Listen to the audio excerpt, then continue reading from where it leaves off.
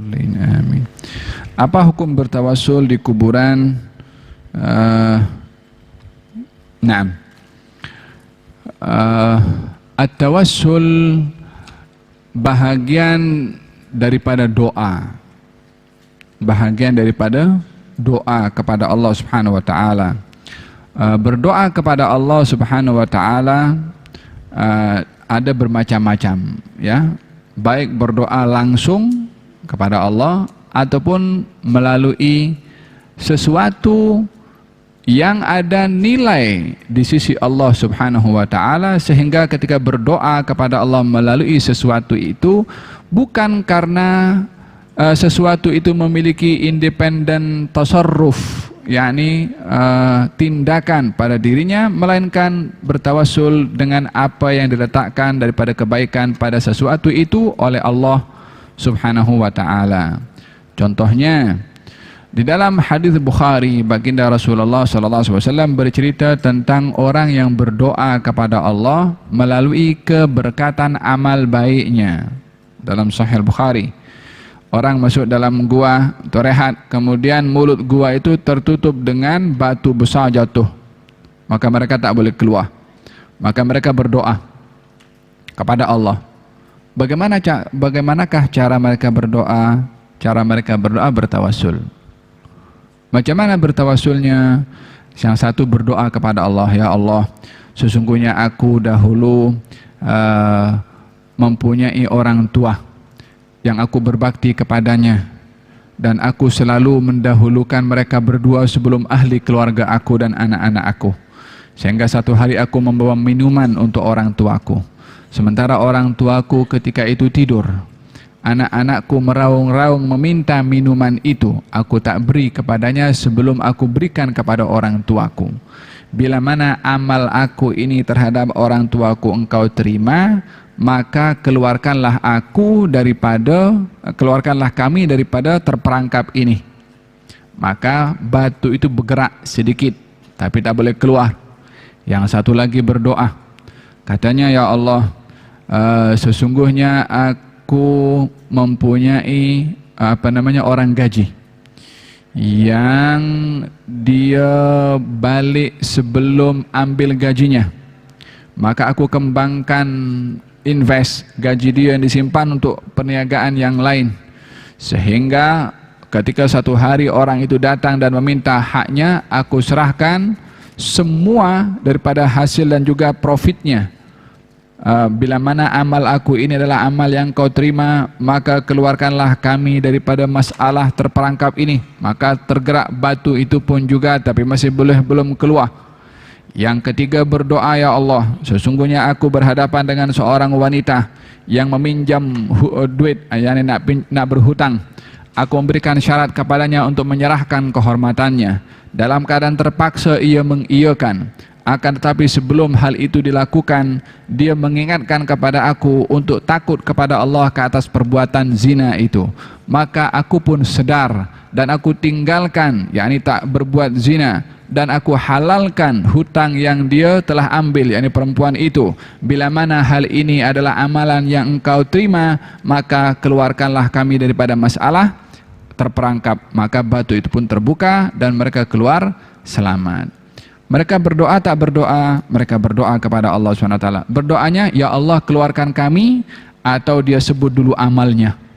Dia sebut dulu amalnya, yang satu sebut amal baktinya, satu sebut amal baiknya kepada pembantunya, satu sebut amal baiknya kepada orang yang dimaafkan daripada hutangnya dan meninggalkan maksiatnya.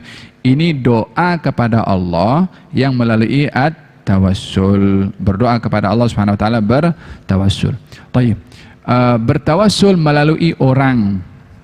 Bertawassul melalui orang ada di zaman baginda Rasulullah sallallahu alaihi wasallam dan juga setelah zaman Rasulullah.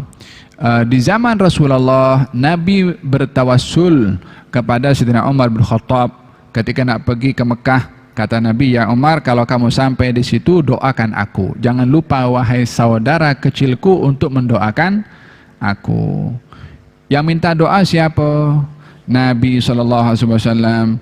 Sepatutnya doa itu kan langsung kepada Allah Subhanahu Wa Taala, ya. Tapi ini Nabi minta doa kepada Sayyidina Umar. Mana lebih mulia, Nabi atau Sayyidina Umar? Nabi lebih mulia, tapi ingin mengajarkan supaya adanya tawassul hatta kepada orang yang hidup ketika hendak pergi ke tempat-tempat yang baik, nak pergi Mekah, tempat mustajab doa di situ. Nabi pesan, jangan lupa kamu doakan aku. Faham dong? Di zaman baginda Rasulullah sallallahu alaihi wa ala alihi wasallam datang seorang buta, dan ini ada di dalam kitab Al-Adhkar, bab salat hajat, tulis oleh Imam Nawawi. Orang buta datang kepada Nabi, katanya, ya Rasulullah, doakan saya supaya mata saya sembuh. Kata Nabi, engkau boleh bersabar. Kata dia, aku nak engkau doakan aku supaya aku sembuh. Maka Nabi mengajarkan kepadanya dengan doa bertawassul. Apa isi kandungannya?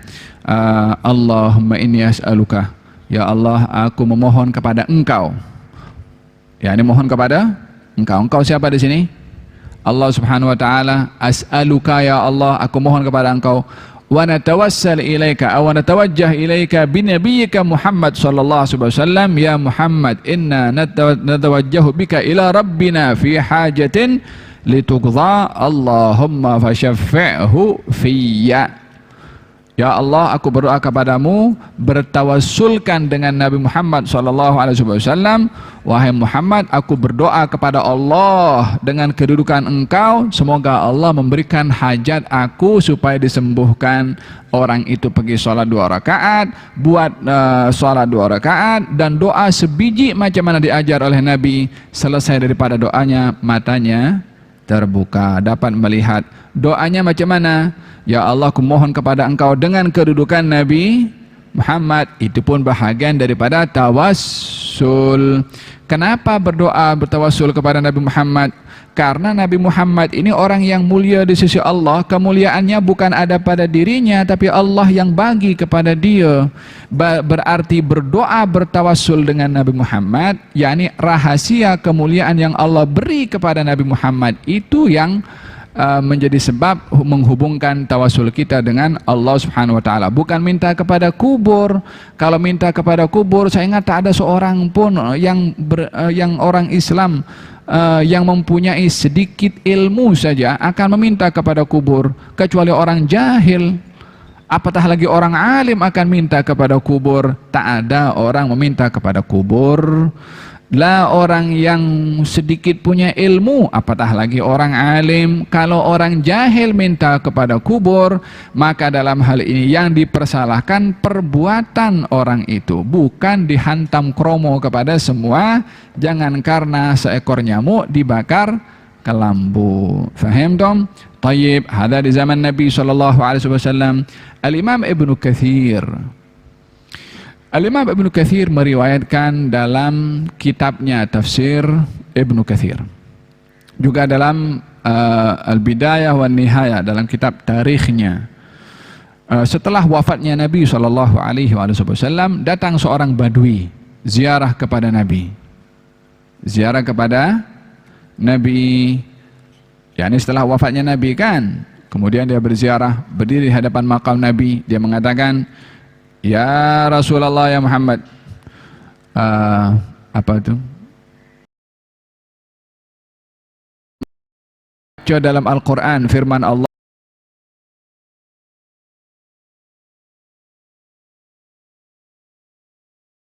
lawajadullaha tawwabar rahima. Wahai Rasulullah Muhammad, kami membaca dalam Al-Quran bahwasanya Allah berfirman, barang siapa yang berbuat zalim kepada diri sendiri, yakni berbuat dosa, kemudian datang kepada engkau wahai Rasulullah, meminta ampun kepada Allah, dimintakan ampun oleh Rasulullah, maka dia akan mendapati Allah Maha Penerima Taubat dan Maha Mengasihi. Aku datang ingin datang kepada engkau, memohon ampun kepada Allah, untuk diampunkan oleh Allah, yakni datang kepada engkau untuk meminta ampun kepada Allah, yakni tawassulnya kepada Nabi SAW. Mohon Allah dapat mengampunkan aku. Kemudian dia membaca bait-bait syair, 2 bait, dia pun pergi. Makam Nabi waktu itu dijaga oleh salah seorang bernama Utbi. Ketika itu dia terlelap tidur. dan dalam tidurnya dia bermimpi, Nabi memberitahukan kepada dia, wahai Utbi, engkau kejar itu badui, bagi tahu Allah dah ampunkan dosanya. Ini dia meminta ampun kepada Allah, bertawasul dengan menziarahi Rasulullah sallallahu alaihi wasallam. Tayyib, ini kepada Nabi. Kalau bukan kepada Nabi, ya ada dalilnya juga. Jadi ulama itu kalau berbuat sesuatu, dia mesti ada dalil. Dalilnya adalah doa daripada Nabi SAW kalau berdoa pergi ke masjid, Allahumma inni as'aluka bihaqqi sa'ilina alaik wa bihaqqi raghibina ilaik wa bihaqqi mamsyaya hadha ilaik. Ya Allah, aku mohon kepadamu dengan kehormatan orang-orang yang memohon kepadamu, dengan kehormatan orang-orang yang cenderung kepada ketaatan kepadamu. Pun juga berdoa dengan kehormatan orang-orang, yakni orang beriman yang taat kepada Allah Subhanahu wa taala, dan ini adalah merangkumi kepada selain daripada para nabi dan juga para rasul. Falhasil, ringkasnya, masalah tawassul adalah bahagian daripada cabang-cabang doa, bukan satu-satunya doa. Berdoa dengan tawassul silahkan. Tak suka dengan bertawasul, jangan bertawasul.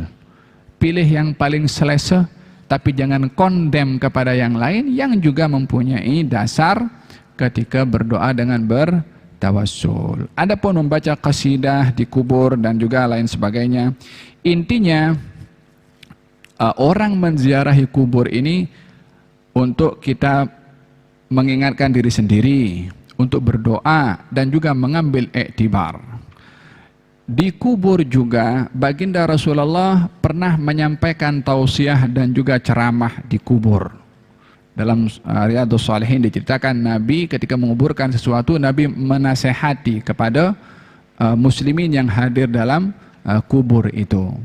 Jadi adanya nasihat di mana? Di kubur. Adanya tazkirah di mana? Di kubur. Nabi berbuat demikian. Maka bila mana nasihat itu dilakukan di kubur, maka tidak menyalahi, baik itu nasihat dengan orang ceramah atau dibacakan bait-bait syair yang di situ juga ada nasihat, sama-sama nasihat, hanya bentuknya berbeza. Satu dengan ceramah, satu dalam bentuk bait syair, isinya adalah nasihat atau isinya adalah doa. Maka dalam hal ini tidak menyalahi selagi yang dilakukan itu adalah tidak bercanggah dengan syarak. Kalau tak suka, maka tak apa, jangan buat. Ambil yang selesa, tapi tidak menyalahkan kalau tidak mempunyai dasar yang kuat.